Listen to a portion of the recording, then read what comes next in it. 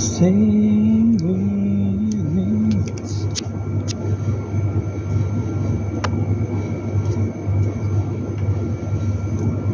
So yun guys, so napag-isip-isip ko, gagawa ko ng panibagong design.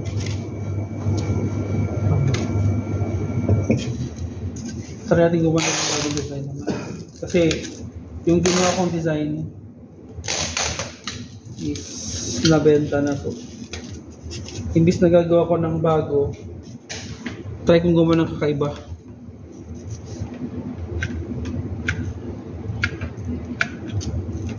So, ito yung pinakamatagal na sinasabi ko. Kailangan i-fix ng mabuti para at least gumanda.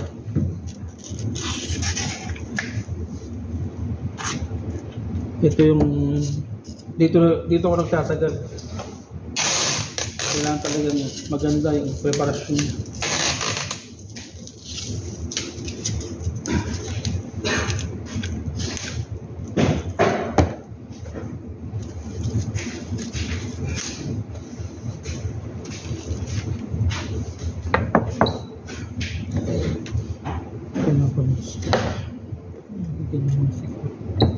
Saan natin ang konti?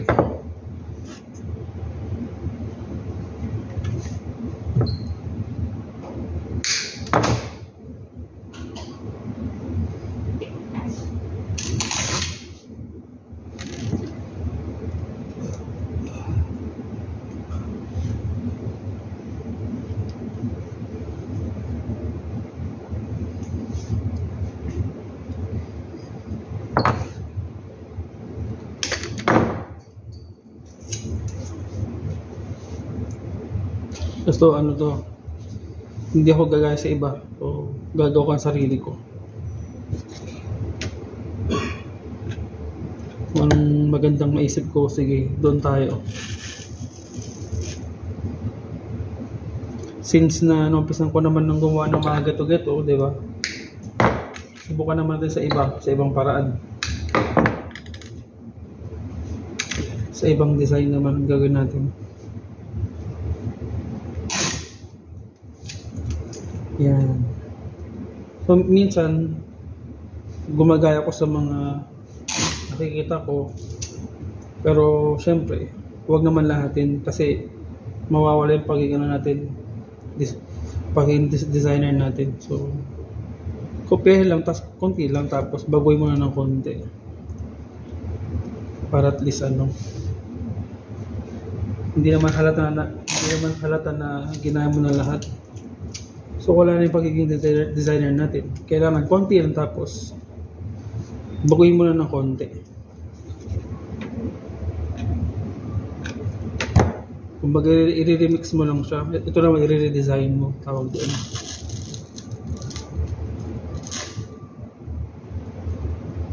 I-redesign mo ng konti.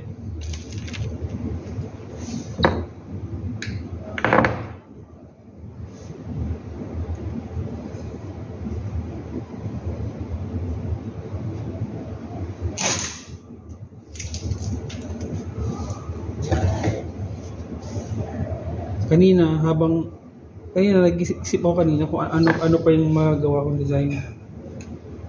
Kapag baguhin ko kaya ng konti, yung ginawa ko una, babaguhin ko ng konti.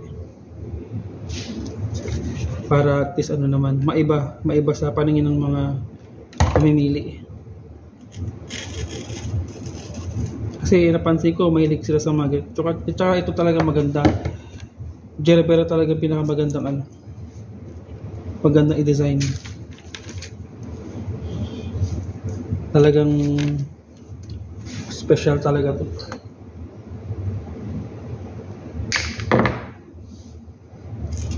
Kanina nag-suggest sa akin yung amo, kaso sabi ko hindi, ito yung maganda kabo. Hindi ibang, kung gusto niya ng ibang bulaklak, hindi ko gusto yung sinabi niya. Mas maganda yung ito, or mas maganda pa yung orchid or yung mga fuming yan. yung mga trending na ano na talagang dinidesign ng mga designer, doon dapat tayo para at least mas makilala itong, di ba, itong trabaho natin. Dapat ganyan. Kung gustuhin talaga na mas dumami pa ang order, ang design mo yung kilalang bulaklak at talagang ano, kinagigiliwan talaga. At isa na itong Gerbera na to, isa sa mga ano, talagang bumibenta na ngayon. Kaya pinagpisahan ko ng ano, gumawa,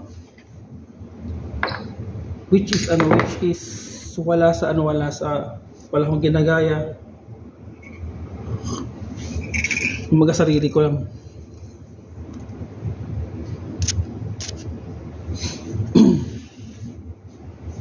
Kasi dito masusubok yung pagiging natin, yung hanggang saan yung diskarte natin.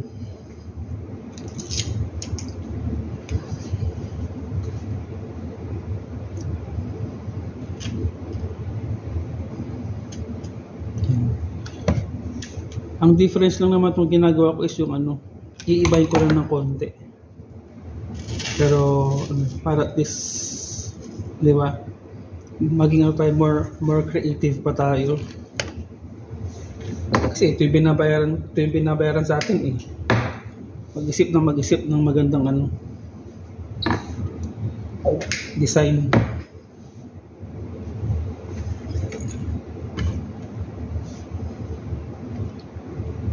O kung gusto mong matuto, yan, sa una, pwede kayong gumaya. Pero pagka medyo kabisado nyo na at kabisado nyo na kung paano hawakan, kung paano di ba, mag-design nyo, pwede na kayong ano, pwede nang wala sa mga ginagaya, sarili nyo na lang, sariling design.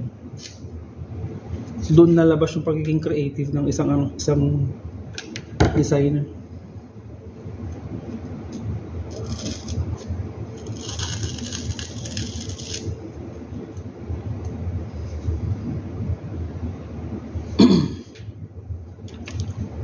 Tsaka pag medyo kaya nyo na, subukan nyo rin mga iba't ibang klase ng mga bulaklak. Lalo na itong mga special na ito.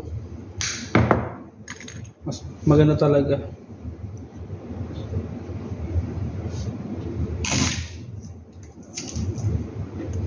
So ito, halos magka-same lang nung ginawa kong una, pero medyo may lalagay lang akong mga konti-konting mga pagbabago, konti lang.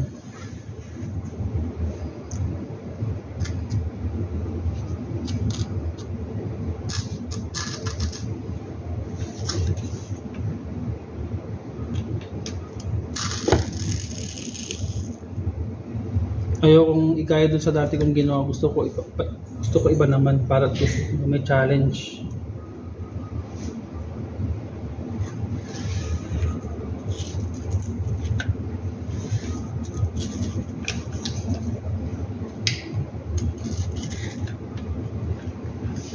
Basta maganda yung pagkakalagay mo ng mga ano, ng mga ito, hindi na ito gagalaw kahit masagi pa nila.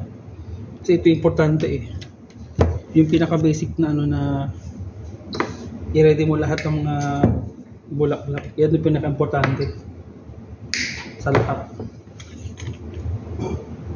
Kasi kapag hindi maganda, yung iba tutumba, yung iba naman ano, tatanggal.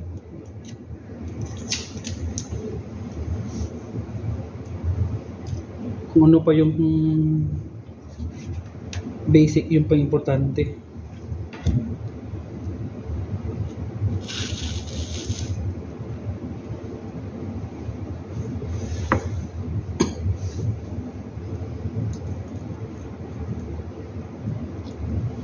Pansin nyo, yung una kong ginawa, parehas na nakaharap yung ano nila. Parehas na nakaharap yung mga tsura nila pare-parehas, pero ang ginawa ko naman iba. May nakaangat, may nakating sa taas, may nakating sa gilid, may naka-straight, tapos may nakababa, ganyan.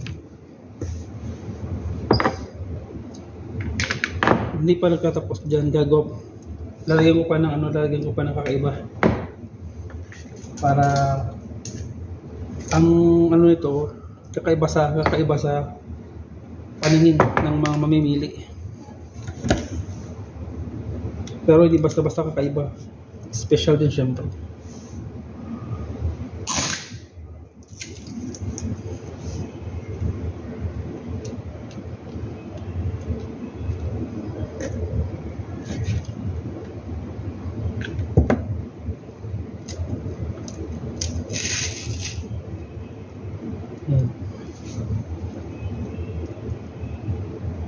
Iba talaga ang ganda nitong iba ang ganda ng Jerry talaga. Talagang kahit anong gawin mong arrangement, talagang gaganda talaga.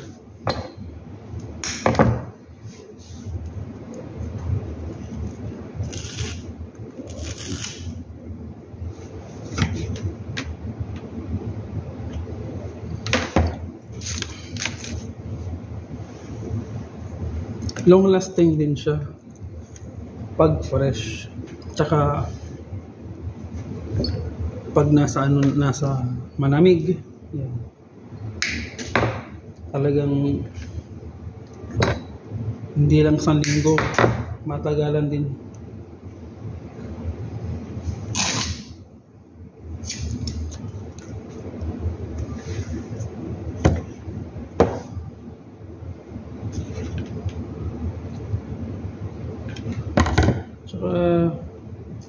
Ganito yung gusto ko, yung gagawa ako ng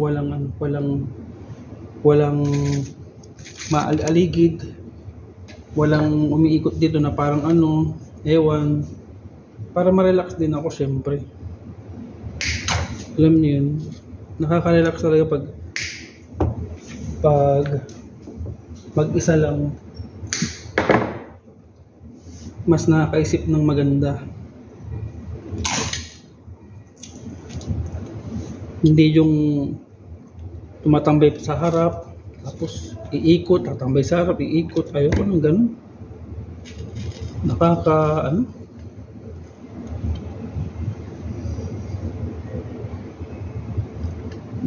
Pumunta na lang kayo dito kapag tapos na ako. Yan. Pero habang di pa ako tapos, huwag mo na kayo pumunta dito. Di ba?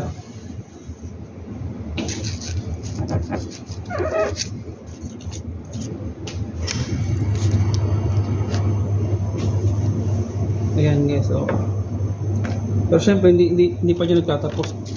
Maglalagay pa ako ng mga konting mga pampaganda. Pero lalagyan ko pa ng bato.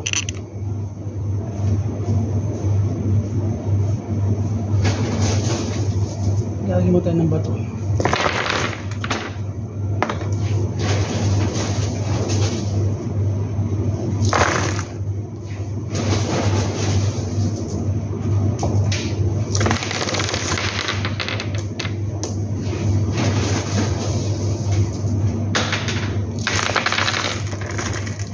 Yung ginawa kong yung una kong ginawang ganito, nabenta na. Pagkagawa ko, kinabukasan nabenta na. Di ba?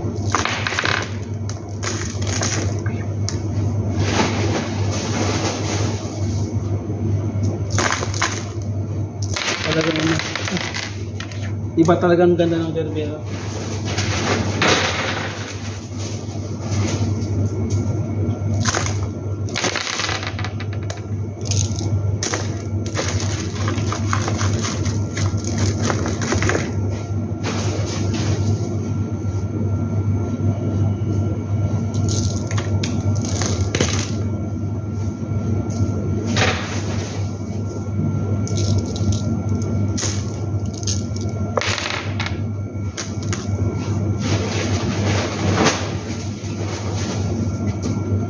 Sana ganito lagi.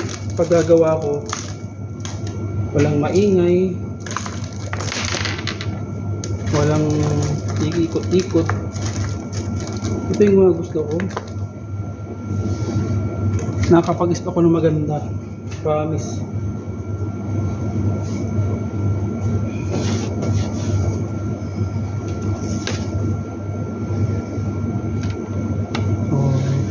Check ko muna kung may mga kulang pa bang nilalagay. 1, 2, 3, 4, 5, 6, 7, 8, 9, 10. Mas marami na compared sa ano. Yung unang ginawa ko 10. Ito 11.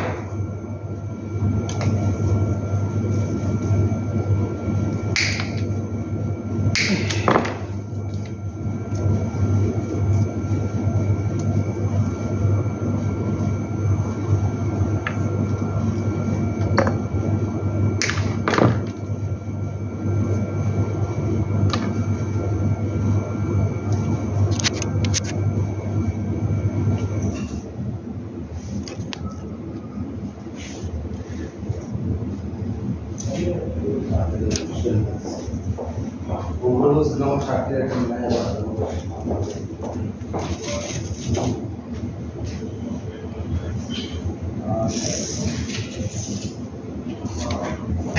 वो बच्चा का आकाश में सुनिया मन है बात सौदाम का मच्छी सौदे मरहम करो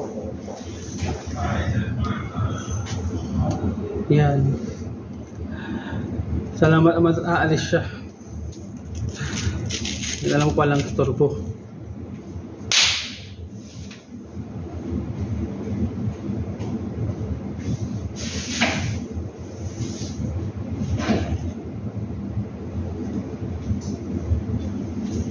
Ito yung mga sinasabi ko sa inyo, mga ilalagay ko. Pero titignan ko muna kung magiging maganda ba.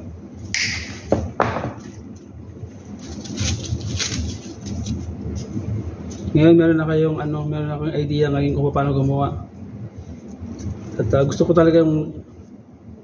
talaga magbahagi ng mga ganito.